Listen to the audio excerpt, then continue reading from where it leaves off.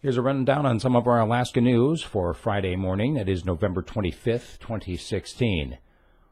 Former lawmaker Jerry Ward, who's heading up the Alaska branch of Trump's transition teams, confirmed that Alaska businessman Bob Gillum is on the short list for Interior Secretary under a President Trump. Other Alaska political insiders are also being considered, including former lawmaker and federal pipeline coordinator Drew Pierce, plus Alaska Pipeline's president Tom Barrett. Remember, they had said Governor Palin was in the running for Department of the Interior, apparently no longer on the list. However, Lieutenant Governor Meade Treadwell is also being considered for Secretary of the Interior. So it looks like there's a good chance there's going to be an Alaskan in the cabinet. Now, there are other possibilities as well, including U.S. Department of Agriculture and Justice and Commerce, and they are encouraging everyone to apply. And I guess they just really want to get an Alaskan on the cabinet. A Fairbanks man accused of running from state troopers was arraigned on Wednesday. Remember, he had allegedly stolen a vehicle and then did not stop when the police chased him. He actually jumped out of the moving car and he crashed into some parked cars. They did catch up with him.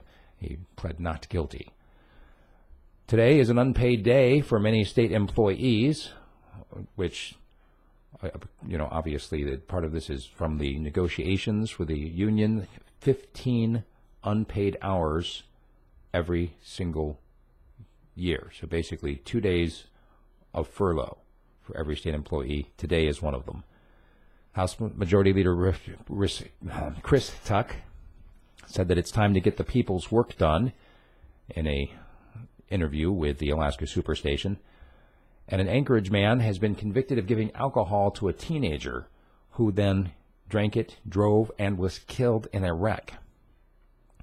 Princess Cruises has announced that they're going to have their largest deployment ever to Alaska. The website Bazinga.com reports that in the summer of 2018, 7 Princess Cruises ships will sail Alaska waters on 130 cruise departures.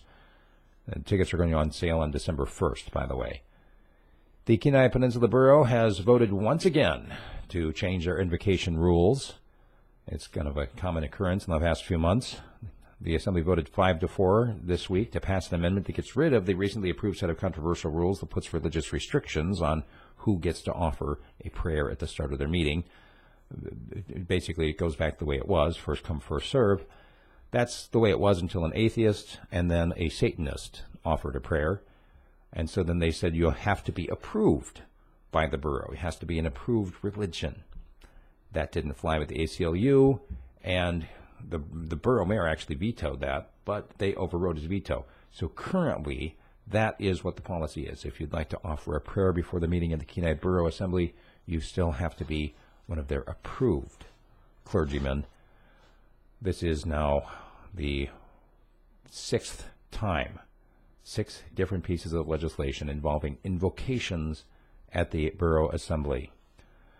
The state of Alaska is moving forward with plans to either sell or scrap the ferry Taku, and the Anchorage School District has announced that their budget gap is at $15 million so far.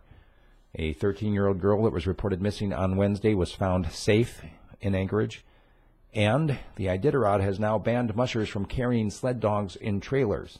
Some of the mushers aren't very happy about that, especially since it's not something to solve a current problem, but rather something that was started by people complaining that they didn't think it was humane to carry the dogs in trailers while the rest of their dog buddies were running.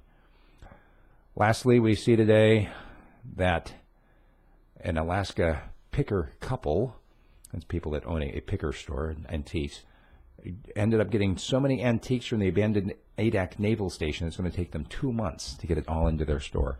Apparently some real treasures. That's what we've got for our Alaska News today. I'm your host, Steve Floyd, and I'm here on YouTube as well as on Twitter and Facebook.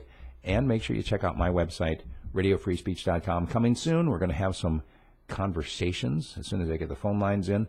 Invite your calls. We'll talk about the issues. If you'd like to email me some of suggestions, what you'd like to see, you can do so with steve@radiofreespeech.com. Once again, that's steve@radiofreespeech.com.